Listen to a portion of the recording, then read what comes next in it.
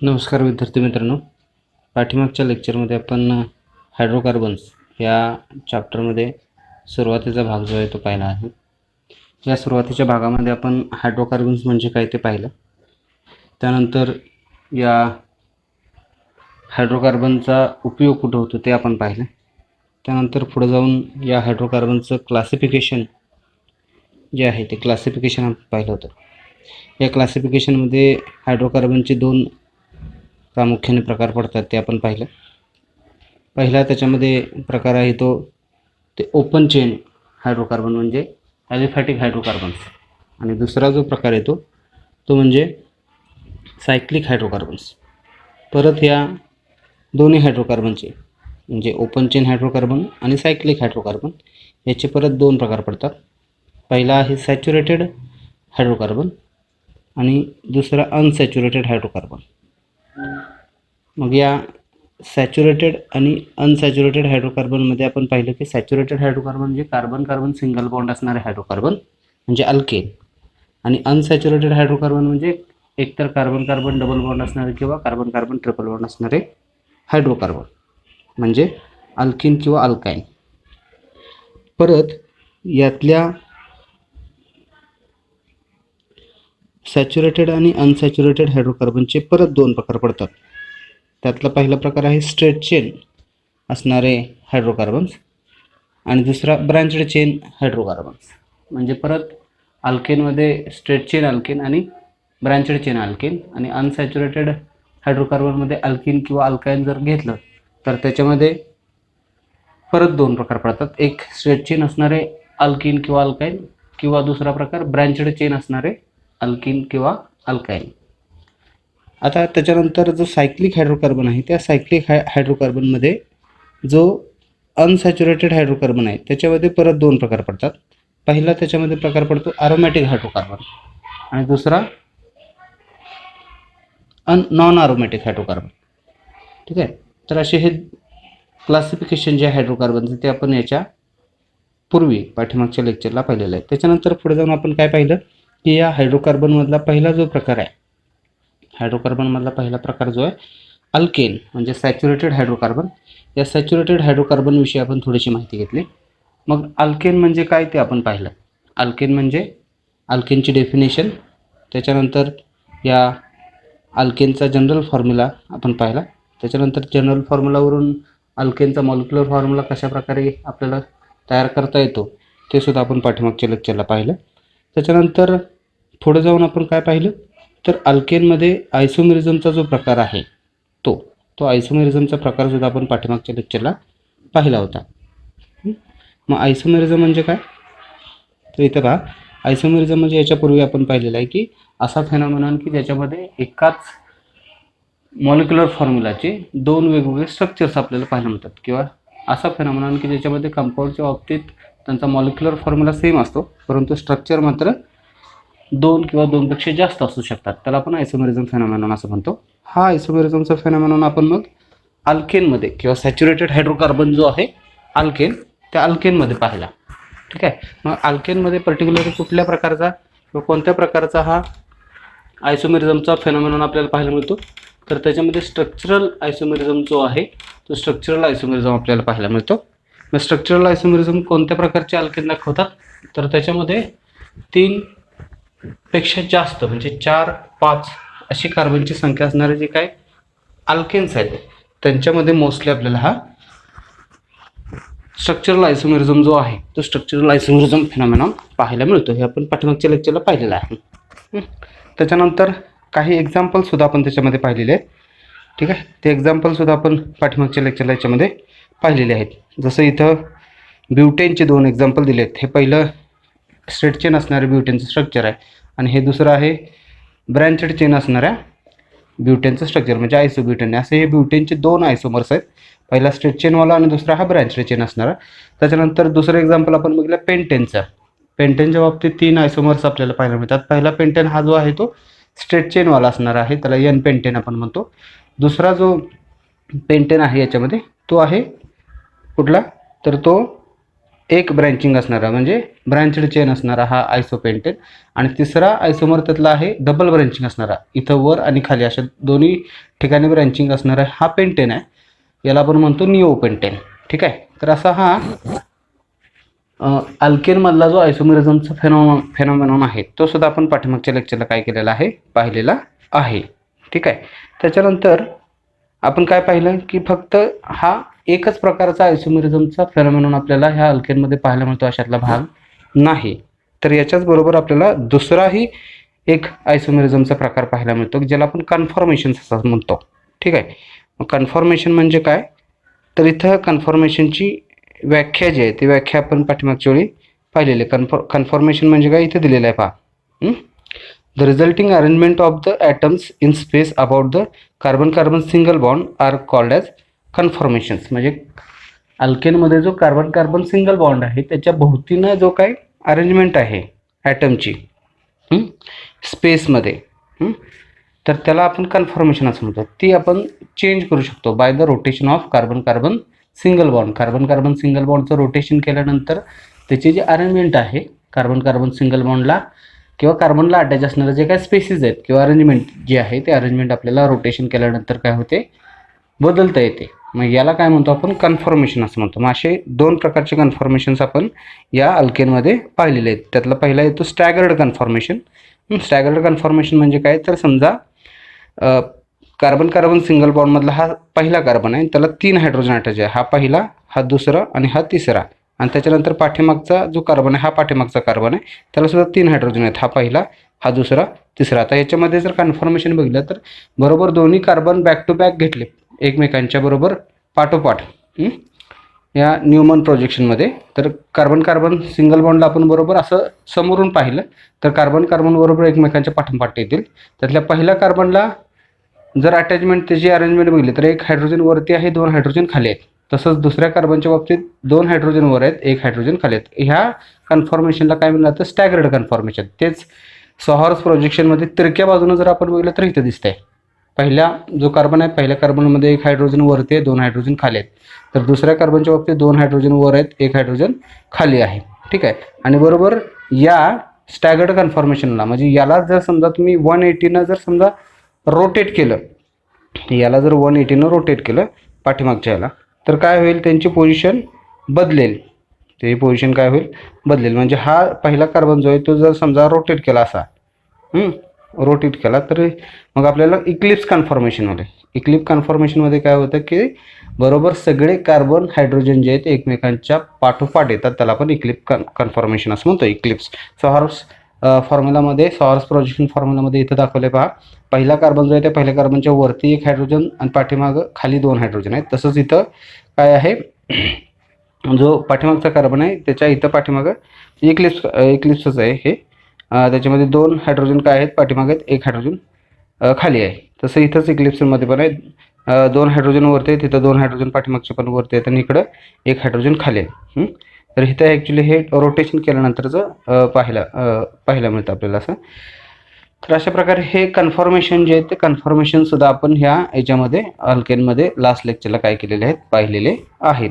Conformation म्हणजे काय, तर मग अशी म्हणलं तर resulting arrangement of the atoms in space about the carbon carbon single bond called as conformations. ठीक आहे.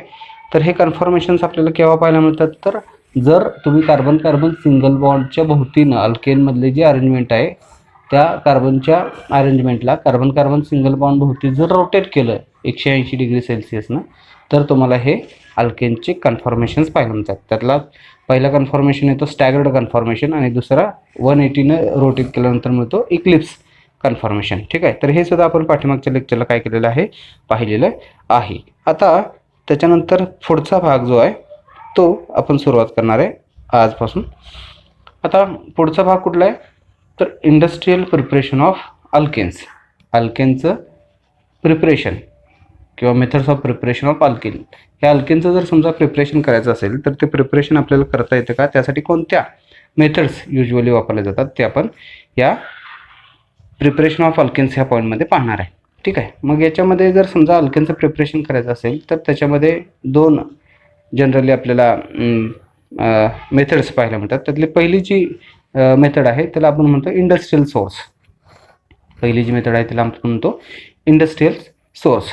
आता इंडस्ट्रियल सोर्स म्हणजे काय, तर बऱ्यापैकी अल्केन्स जे आहेत ते अल्केन्स तयार करत असताना मोठ्या मोठ्या लॅबमध्ये किंवा मोठ्या मोठ्या इंडस्ट्रीजमध्ये हे अल्केन इंडस्ट्रियल सोर्सच्या साह्यानं काय केले जातात, प्रिपेअर केले जातात. मग त्यासाठी काय इंडस्ट्रियल सोर्स आहेत, तर जनरली क्रूड पेट्रोलियम प्रॉडक्ट्स जे आहेत, crude petroleum and natural gas are the sources of alkane. अल्केनचा सोर्स कुठला आहे, तर क्रूड पेट्रोलियम आणि नॅचरल गॅस.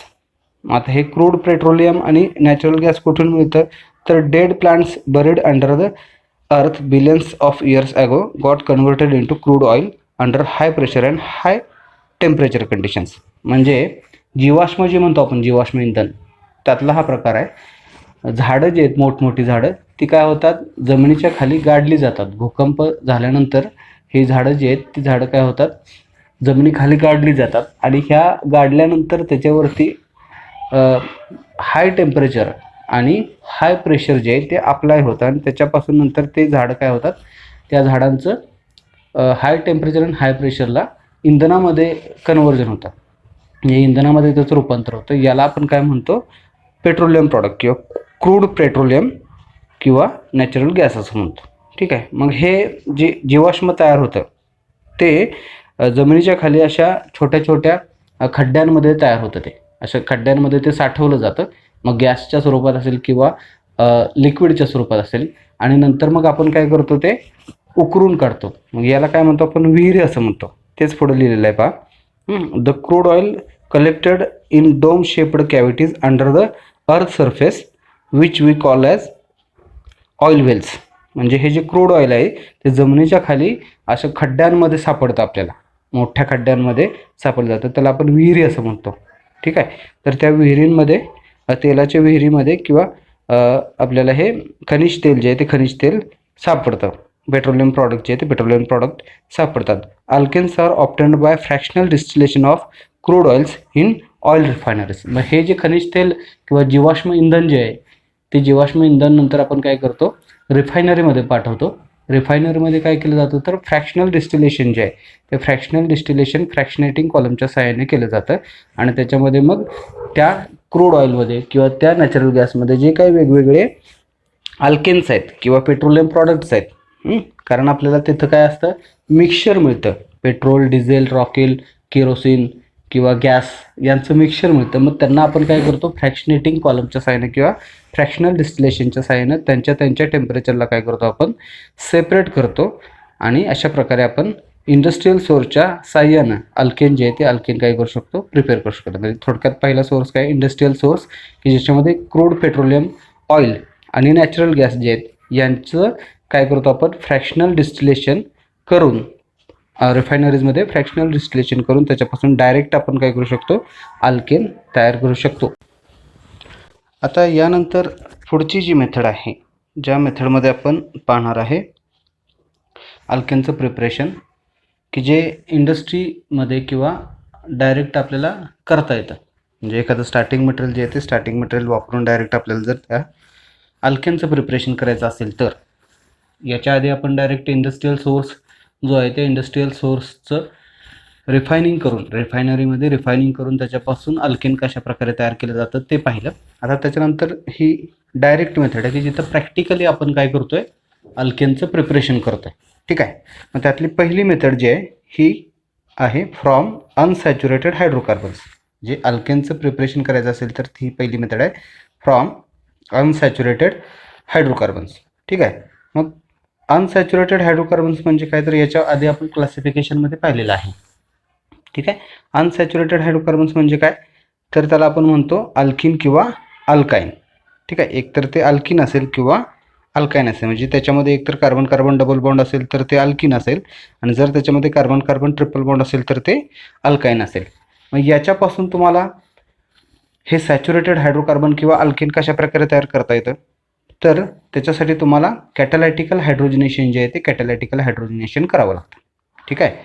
म्हणजे अनसॅच्युरेटेड हायड्रोकार्बनचं कॅटॅलायटिकल हायड्रोजनेशन केलं तर त्याच्यापासून आपल्याला करस्पॉन्डिंग अल्केन्स जे आहेत म्हणजे सॅच्युरेटेड हायड्रोकार्बन जे आहेत ते सॅच्युरेटेड हायड्रोकार्बन्स मिळतात. ही झाली पहिली मेथड, म्हणून याला म्हटलंय फ्रॉम अनसॅच्युरेटेड हायड्रोकार्बन्स. ठीक आहे. मग याच्यामध्ये कॅटॅलिटिकल हायड्रोजनेशन करून आपण काय करतो, सॅच्युरेटेड हायड्रोकार्बन म्हणजे अल्केन तयार करत असतो. मग नक्की काय करतो याच्यामध्ये, तर आपण काय करतो, एकतर अल्किन किंवा अल्काईन वापरतो आणि या अल्किन आणि अल्काईनमध्ये हायड्रोजनची काय करतो, कॅटॅलिस्टच्या प्रेझेन्समध्ये ॲडिशन करतो. कॅटॅलिटिकल हायड्रोजनेशन म्हणजे काय, तर कॅटॅलिस्टच्या प्रेझेन्समध्ये हायड्रोजनची ॲडिशन. मग एकतर अल्किनमध्ये कॅटॅलिस्टच्या प्रेझेन्समध्ये काय करा, हायड्रोजनची ॲडिशन करा, किंवा अल्काईनमध्ये काय करा, कॅटॅलिस्टच्या प्रेझेन्समध्ये हायड्रोजनची ॲडिशन करा. मग काय होईल, हा अनसॅच्युरेशन जे आहे त्याचं म्हणजे एकतर डबल बॉन्ड किंवा त्याचा ट्रिपल बॉन्ड तो ब्रेक होईल आणि हे हायड्रोजन जे ते हायड्रोजन बरोबर त्या डबल बॉन्डच्या इथं किंवा ट्रिपल बॉन्डच्या इथं जाऊन ॲड होतील आणि तुम्हाला सॅच्युरेटेड म्हणजे कार्बन कार्बन सिंगल बॉन्ड असणारे असे हे हायड्रोकार्बन जे आहेत ते हायड्रोकार्बन्स काय होतील, मिळतील. ठीक आहे, म्हणून ह्याला म्हटलं जातं कॅटॅलिटिकल हायड्रोजनेशन ऑफ अनसॅच्युरेटेड हायड्रोकार्बन्स. ठीक आहे, मग याच्यामध्ये कशा प्रकारे हे अल्केन्स तयार केलं जातं आत्ता आपण डिस्कस केलं तेच याचं डिस्क्रिप्शन इथं दिलेलं आहे पहा. Catalytical hydrogenation of alkenes or alkynes with dihydrogen gas gives corresponding alkanes. म्हणजे काय, तर अनसॅच्युरेटेड हायड्रोकार्बनचं कॅटॅलिटिकल हायड्रोजनेशन जर केलं विथ डायहायड्रोजन गॅस म्हणजे काय, तर अनसॅच्युरेटेड हायड्रोकार्बनमध्ये डायहायड्रोजन गॅस म्हणजे हायड्रोजन गॅसची ॲडिशन करा कॅटॅलिस्टच्या प्रेझेन्समध्ये, तर त्याच्यापासून तुम्हाला काय मिळतं, गिव्स करस्पॉन्डिंग अल्केन्स, तर त्याच्यापासून तुम्हाला अल्केन्स मिळतं. Finely divided powder of platinum or palladium catalyze the hydrogenation of alkenes and alkynes at room temperature. मग इथं कॅटलिस्ट म्हणून काय वापरू शकता, तर finely divided powder of platinum or palladium, platinum किंवा पॅलेडियमची फाइनली डिवायडेड पावडर जी आहे ती फाइनली डिवायडेड पावडर तुम्ही काय करू शकता, इथं कॅटलिस्ट म्हणून वापरू शकता. जर समजा तुमच्याजवळ प्लॅटिनम किंवा पॅलेडियम हा मेटल असेल तर त्याची अगदी बारीक केलेली पावडर जी आहे फाइनली डिवायडेड जे टॅल्कम पावडरसारखी, तर ती कॅटलिस्ट म्हणून तुम्ही वापरू शकता रूम टेम्परेचरला. आणि जर समजा तुमच्याकडे ती नसेल म्हणजे प्लॅटिनम किंवा पॅलेडियम नसेल तर तुम्ही तिथं हाय टेम्परेचर आणि हाय प्रेशरला काय करू शकता, फाइनली डिवायडेड निकेल हा जो मेटल आहे त्या निकेलची पावडरसुद्धा तुम्ही वापरू शकता हाय टेम्परेचर आणि हाय प्रेशर कंडिशनला ॲज द कॅटलिस्ट. मग इथं तुमच्याकडे पर्याय आहे, एकतर अनसॅच्युरेटेड हायड्रोकार्बनचं तुम्ही कॅटॅलिटिकल हायड्रोजनेशन करत असताना रूम टेम्परेचरला प्लॅटिनमची पावडर वापरा किंवा पॅलेडियमची पावडर वापरा. आणि जर समजा तुमच्याकडे प्लॅटिनम किंवा पॅलेडियम नसेल तर तुम्ही पर्यायी म्हणून काय करा, तिथं हाय टेम्परेचर आणि हाय प्रेशरला निकेल या धातूची पावडर वापरा किंवा निकेलची पावडर वापरा आणि मग या अनसॅच्युरेटेड हायड्रोकार्बनचं काय करा, कॅटॅलिटिकल हायड्रोजनेशन करा. तुम्हाला त्याच्यापासून काय मिळेल, करस्पॉन्डिंग अल्केन मिळेल. तुम्हाला काय मिळेल, करस्पॉन्डिंग अल्केन मिळेल. मग याचं एक्झाम्पल खाली दिलेलं आहे पहा, फ्रॉम अल्किन्स. मग इथं अल्किनचं एक्झाम्पल घेतलेलं आहे, हा इथिन, हा जो इथिन आहे तो इथं काय घेतलेला आहे, अल्किनचं एक्झाम्पल घेतलेलं आहे. इथिन म्हणजे काय, तर दोन कार्बनची चेन असणारा alkene, CH2 double bond CH2, CH2 double bond CH2. या इथिनमध्ये डायहायड्रोजन, बघा या इथिनमध्ये डायहायड्रोजन म्हणजे हायड्रोजनची ॲडिशन केलेली आहे. डायहायड्रोजन म्हणजे दोन हायड्रोजनचे ॲटम असणारा मॉलिक्यूल, एक मॉलिक्यूल ज्याच्यामध्ये दोन हायड्रोजन आहेत, हा डायॲटॉमिक मॉलिक्यूल आहे म्हणून त्याला डायहायड्रोजन म्हटलं जातं किंवा नुसता हायड्रोजन सुद्धा मॉलिक्यूल हायड्रोजन असं सुद्धा त्याला म्हटलं जातं. मग या इथिनमध्ये अल्किनचं एक्झाम्पल घेतले आपण इथिन, या इथिनमध्ये डायहायड्रोजनची ॲडिशन केली in presence of, in presence of काय केलं इथं, इन प्रेझेन्स ऑफ आपण काय कॅटलिस्ट म्हणतोय ना, so in presence of catalyst. बघा इथं कॅटलिस्ट आपण काय वापरला आहे, एक तर प्लॅटिनम ऑर पॅलेडियम रूम टेम्परेचरला, प्लॅटिनम किंवा पॅलेडियम हा कॅटलिस्ट वापरा रूम टेम्परेचरला, or nickel at high temperature and high pressure. निकेलला हाय टेम्परेचर आणि हाय प्रेशरला कॅटलिस्ट म्हणून वापरा. ठीक आहे, मग समजा तुम्ही इथिनमध्ये डायहायड्रोजनची ॲडिशन केली, प्लॅटिनम किंवा पॅलेडियम कॅटलिस्ट वापरला किंवा निकेल हाय टेम्परेचर आणि हाय प्रेशरला कॅटलिस्ट म्हणून वापरला, तर काय होते पहा, या इथिनमधला जो कार्बन कार्बन डबल बॉन्ड आहे, हा इथिनमधला जो कार्बन कार्बन डबल बॉन्ड आहे तो कार्बन कार्बन डबल बॉन्ड काय होतोय, ब्रेक होतो. इथं पहा हा जो डायहायड्रोजन आहे तो डायहायड्रोजन बरोबर इथं कार्बन कार्बन डबल बॉन्डच्या इथं जाऊन ॲड होतो आणि इथं प्रत्येक कार्बनला एक एक हायड्रोजन, इथं बघा हा डबल बॉन्ड जो आहे तो डबल बॉन्ड काय होतो, ब्रेक होतो आणि इथं हे दोन हायड्रोजन आहेत ते दोन हायड्रोजन प्रत्येकी एक एक कार्बनला इथं पहा प्रत्येकी एक एक कार्बनला हे 2 हायड्रोजन जाऊन ॲड होतात आणि तुम्हाला त्याच्यापासून ऐका इथं हे 2 हायड्रोजन ह्या कार्बनला एक आणि ह्या कार्बनला एक असे 2 हायड्रोजन जाऊन ॲड होतात आणि तिथला कार्बन कार्बन डबल बॉन्ड जो आहे तो कार्बन कार्बन डबल बॉन्ड जाऊन तिथं कार्बन कार्बन काय येतोय सिंगल बॉन्ड येतोय आणि त्याच्यापासून तुम्हाला हे अनसॅच्युरेटेड अल्किनचं कन्व्हर्जन सॅच्युरेटेड अल्किन म्हणजे इथेनमध्ये झालेलं पाहायला मिळतं. ठीक आहे, म्हणजे इथं काय केलेलं आहे इथेनमध्ये डायहायड्रोजनची ॲडिशन केली आहे इन प्रेझन्स ऑफ कॅटलिस्ट आणि त्याच्यापासून इथेन हा अल्किन तयार केलेला आहे. दुसरं एक्झाम्पल इथं खाली घेतलेलं आहे प्रोपिनचं.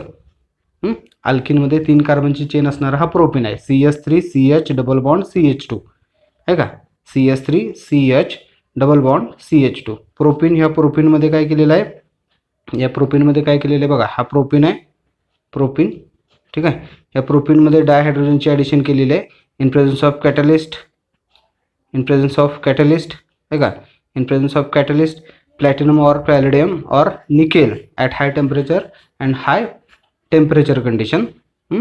तर त्याच्यापासून काय होतं बघा, इथं परत हा कार्बन कार्बन डबल बॉन्ड जो आहे तो carbon carbon double bond break होतोय. अर्थात इथं हा कार्बन कार्बन डबल बॉन्ड जो आहे तो ब्रेक होतोय आणि त्याच्यापासून तुम्हाला काय मिळतोय, याच्यापासून तुम्हाला काय मिळतोय, हा इथं बरोबर त्या कार्बन कार्बन डबल बॉन्ड जो आहे तो ब्रेक होतो आणि इथं तुम्हाला बरोबर हा प्रत्येक कार्बनला एक एक हायड्रोजन इथे एक असे 2 हायड्रोजन ॲड होऊन त्याच्यापासून काय मिळते CH3CH2 CH3CH2 CH3 असा प्रोपेन मिळतोय. 3 कार्बनची चेन असणारा प्रोपेन मिळतोय. ठीक आहे, हे झालं अल्किनपासूनचं. त्याच्यानंतर पुढची बघा फ्रॉम अल्काइन्स.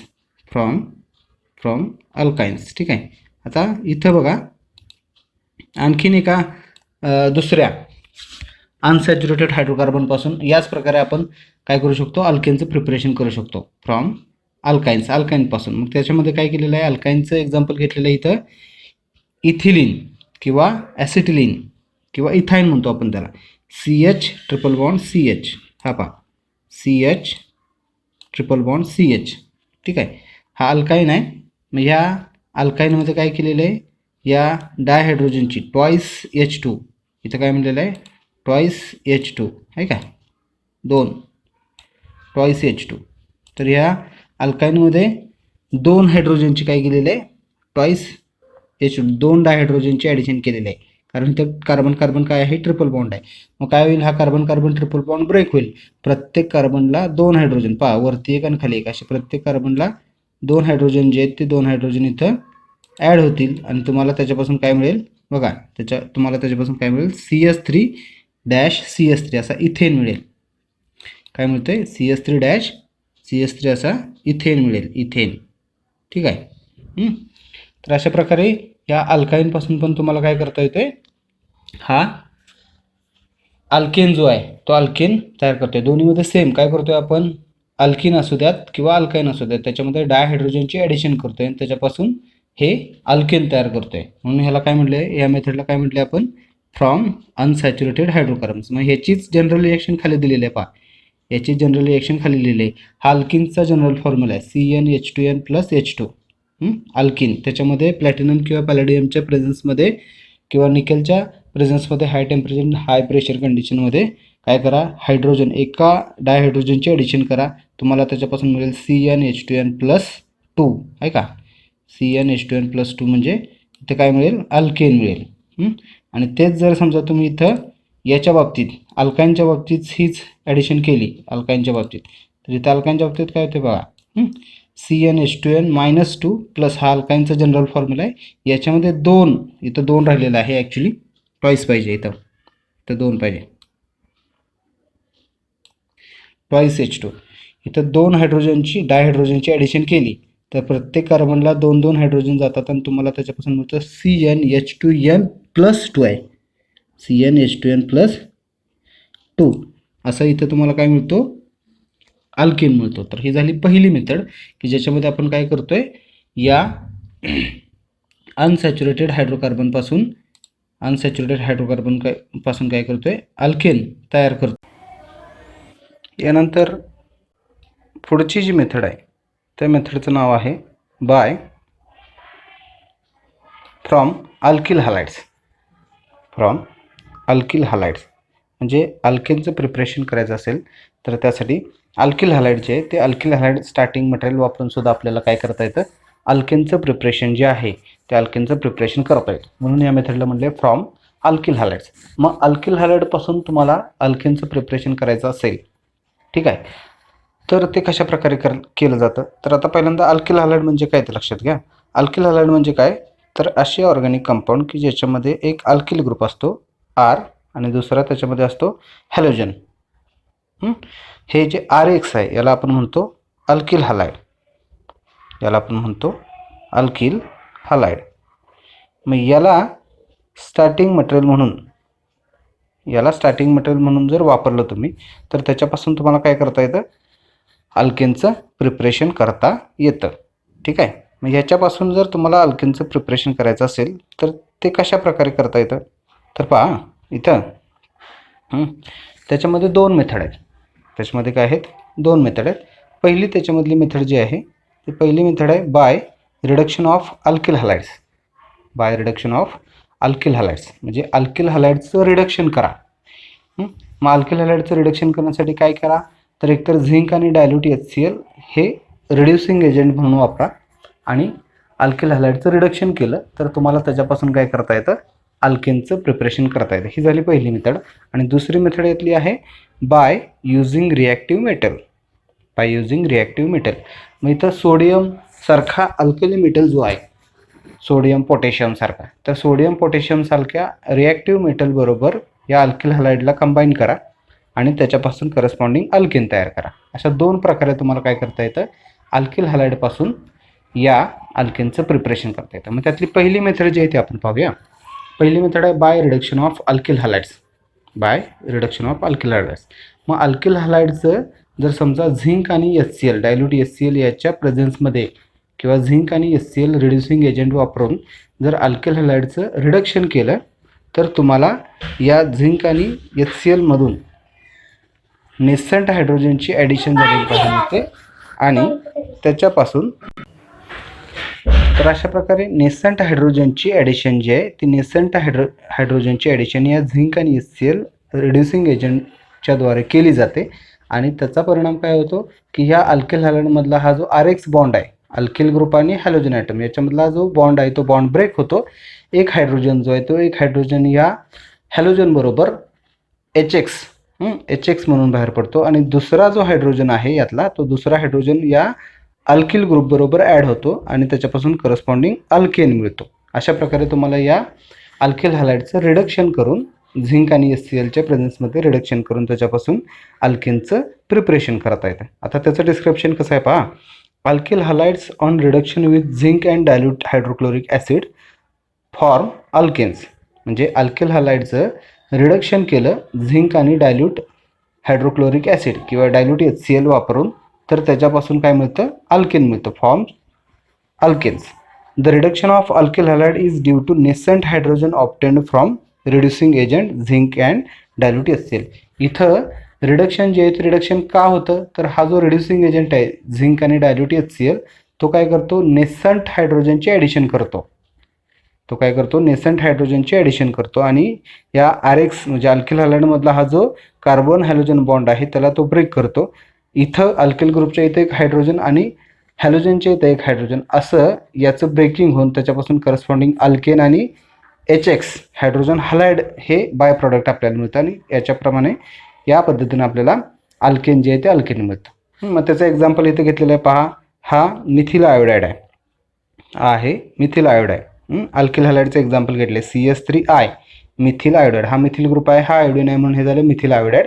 या मिथिल आयोडाईडमध्ये किंवा मिथिल आयोडाईडला झिंक आणि HClच्या प्रेझेन्समध्ये इथं पहा झिंक आणि HClच्या प्रेझेन्समध्ये काय करतोय आपण, रिड्यूस करतोय. हा काय आहे, reducing agent zinc dilute HCl. मग ह्या मिथिल आयोडाईडला झिंक आणि डायल्यूट HClच्या प्रेझेन्समध्ये जर रिड्यूस केलं तर हा झिंक आणि HCl डायल्यूट HCl काय करतो, दोन हायड्रोजनची पहा इथं आहे का, दोन हायड्रोजनची काय करतो, ॲडिशन करतो आणि दोन हायड्रोजनची ॲडिशन करतो. इथं पहा दोन हायड्रोजनची तो ॲडिशन करतो आणि त्याच्यापासून तुम्हाला काय होतं आहे, काय पाहायला मिळतं, तर इथला हा जो अल्किल ग्रुप आणि हॅलोजन आहे त्याच्यामधला बॉन्ड ब्रेक होतो इथं एक हायड्रोजन जाऊन ॲड होतो. इथे एक हायड्रोजन गेलं की या CH3 मध्ये एक हायड्रोजन गेलं की त्यापासून मिळतो हा मिथेन CH4, हा मिथेन मिळतो. आणि इथं एक हायड्रोजन, असा हायड्रोजन आणि हा आयोडीन असा HI प्लस HI असे दोन प्रॉडक्ट तुम्हाला मिळतात.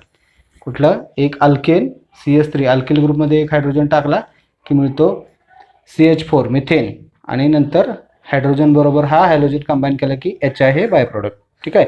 असं तुम्हाला ह्या अल्किल हॅलाइडचं किंवा मिथिल आयोडाईडचं झिंक आणि डायल्यूट HClच्या प्रेझेन्समध्ये काय करता येतं?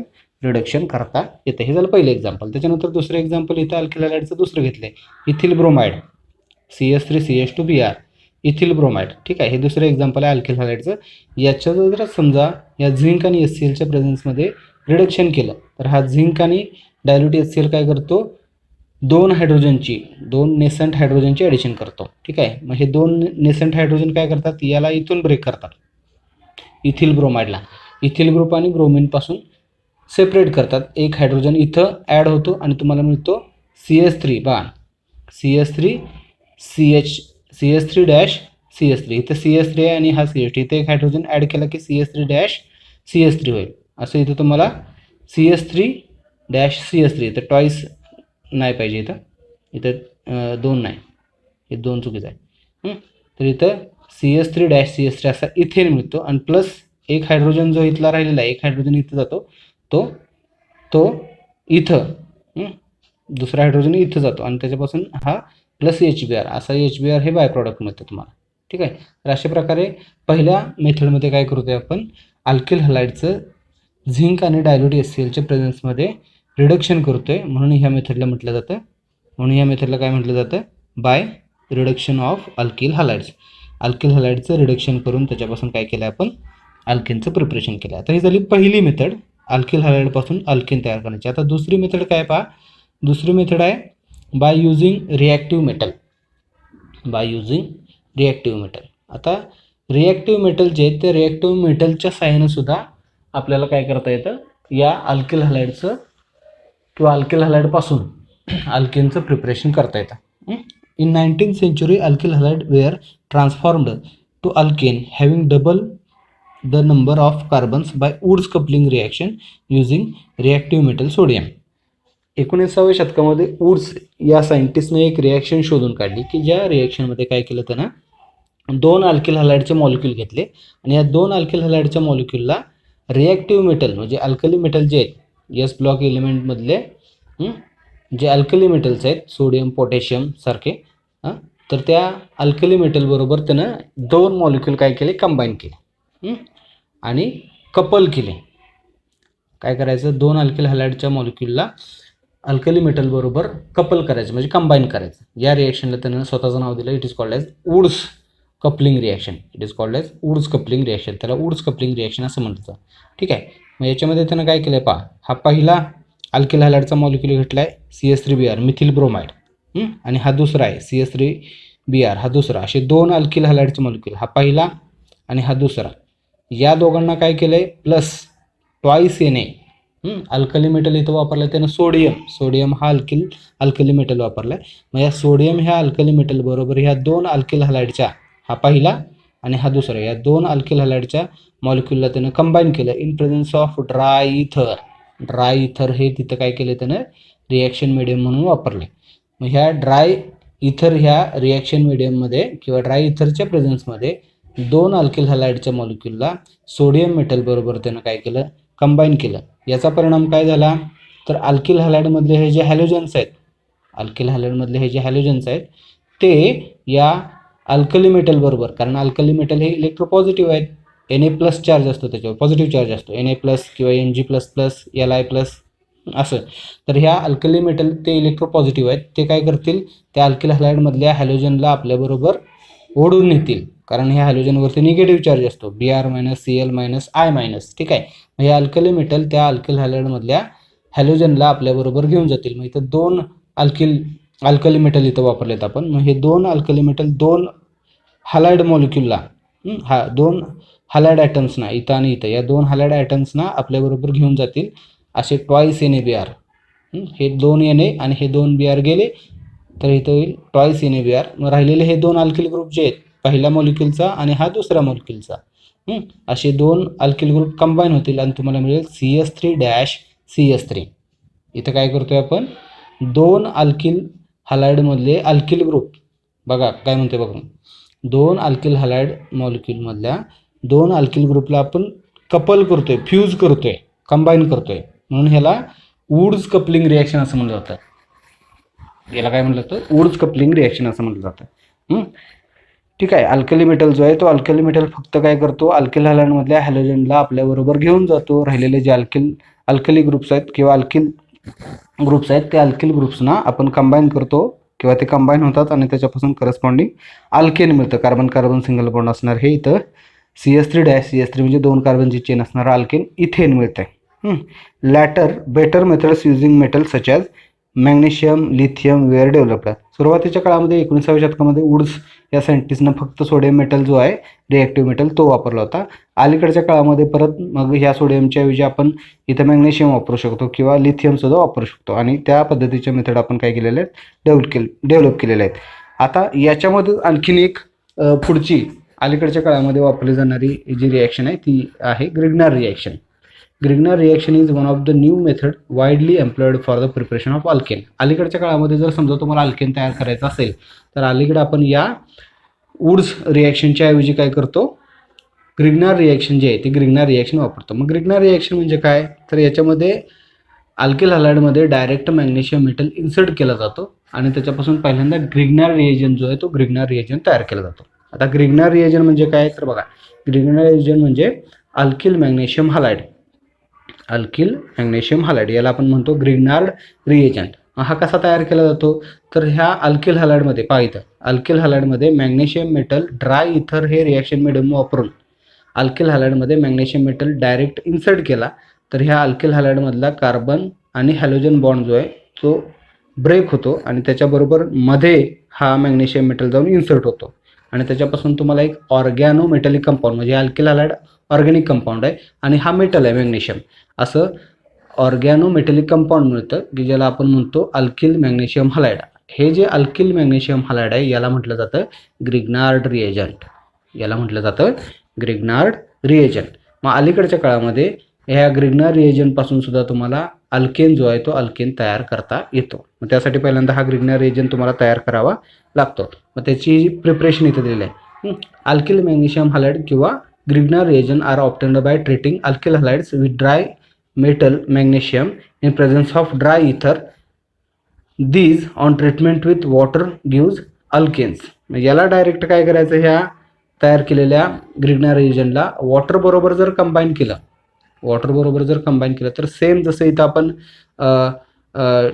रिॲक्शन पाहतोय तसंच इथं हा मॅग्नेशियम जो आहे तो मॅग्नेशियम आणि इथला हायड्रोक्सिल ग्रुप असा एक MgXOH असा एक बाय प्रॉडक्ट इथं बाहेर पडतं आणि हा अल्किल ग्रुप आणि हायड्रोजन यातला वॉटरमधला हायड्रोजन आणि या अल्किल मॅग्नेशियम हलाइड म्हणजे ग्रिग्नार रिएजंटमधला अल्किल ग्रुप असे टुगेदर कंबाईन होतात आणि त्याच्यापासून करस्पॉन्डिंग अल्केन मिळतं.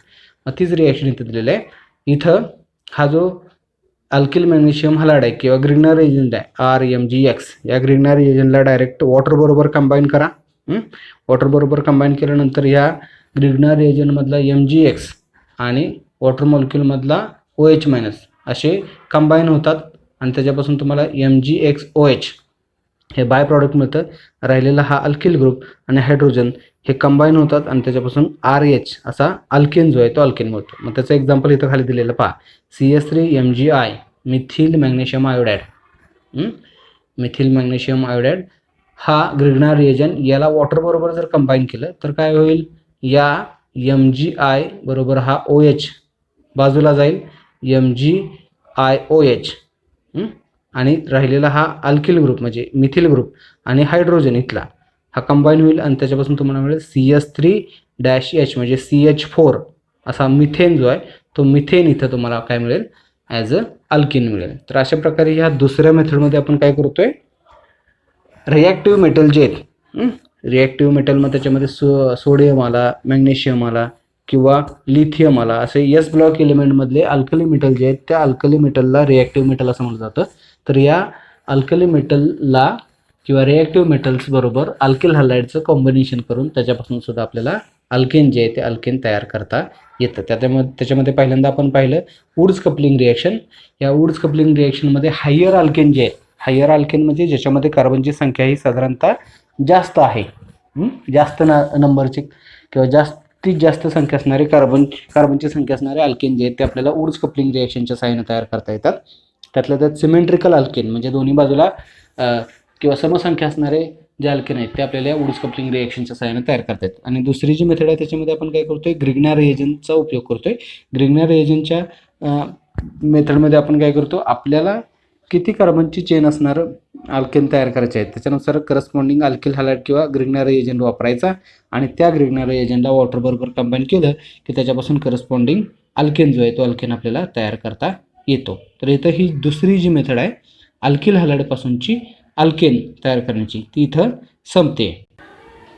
तर अशा प्रकारे आज आपण अल्केनच्या मेथड्स ऑफ प्रिपरेशन जे आहेत ते मेथड्स ऑफ प्रिपरेशन पाहिलेले आहेत. याच्यामध्ये आपण दोन मेथड प्रामुख्याने पाहिल्या. पहिल्या मेथडमध्ये आपण इंडस्ट्रियल सोर्स जो आहे त्या इंडस्ट्रियल सोर्सपासून अल्केनचं प्रिपरेशन रिफायनरीजमध्ये म्हणजे क्रूड ऑइल किंवा नॅचरल गॅस पासून रिफायनरीजमधून डायरेक्ट आपल्याला अल्केनचं प्रिपरेशन करता येतं हे पाहिलं. आणि दुसऱ्या मेथडमध्ये आपण काय केलं, स्टार्टिंग मटेरियल जे आहे ते स्टार्टिंग मटेरियल वापरून इनडायरेक्टली आपल्याला अल्केनचं प्रिपरेशन करायचं असेल तर ते कशा प्रकारे केलं जातं ते पाहिलं. तर त्याच्यामध्ये परत दोन प्रकार पडतात. पहिली त्याच्यामध्ये मेथड जी येते ती आहे अनसॅच्युरेटेड हायड्रोकार्बनपासून. म्हणजे अनसॅच्युरेटेड हायड्रोकार्बन एकतर कॅटॅलायटिकल हायड्रोजनेशन करा अल्किनचं किंवा अल्काईनचं, त्याच्यापासून तुम्ही डायरेक्ट कॅटॅलायटिकल हायड्रोजनेशन करून अल्केनचं प्रिपरेशन करू शकता. ही झाली पहिली मेथड. आणि दुसरी मेथड आपण बघितली फ्रॉम अल्किल हॅलाइड.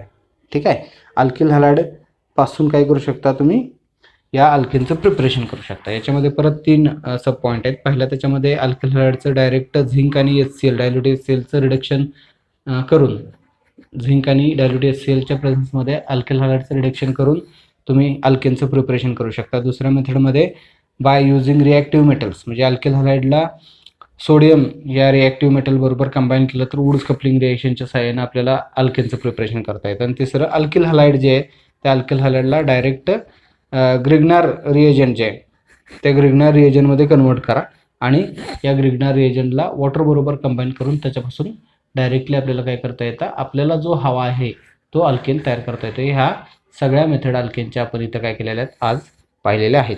याच्यानंतर पुढचा जो भाग आहे राहिलेला म्हणजे इथं अल्केनच्या मेथड्स ऑफ प्रिपरेशन जे आहेत ते संपत आहे.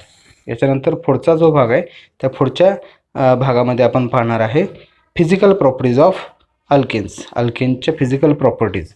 ठीक आहे, म्हणजे अल्केन्स बरोबर पाहता कसे आहेत, त्यांचा रंग कसा आहे, त्यांचा गंध कसा आहे, त्यांच्यामध्ये त्यांची स्टेट कशी आहे, रूम टेम्परेचरला सॉलिड आहेत, लिक्विड आहेत का गॅस आहेत, हे पुढच्या लेक्चरला आपण बघणार आहेत. आणि त्याच्यानंतर या अल्केनच्या केमिकल प्रॉपर्टीज म्हणजे अल्केनला बाकीच्या ऑर्गॅनिक कंपाऊंडबरोबर जर कंबाईन केलं तर ह्या अल्केनच्या केमिकल रिॲक्शन कशा प्रकारे होतात ते आपण पुढच्या लेक्चरमध्ये पाहणार आहे. Physical properties of alkanes and chemical properties of alkanes. तर आता याच्यानंतर पुढच्या लेक्चरमध्ये आपण भेटूया. तोपर्यंत धन्यवाद.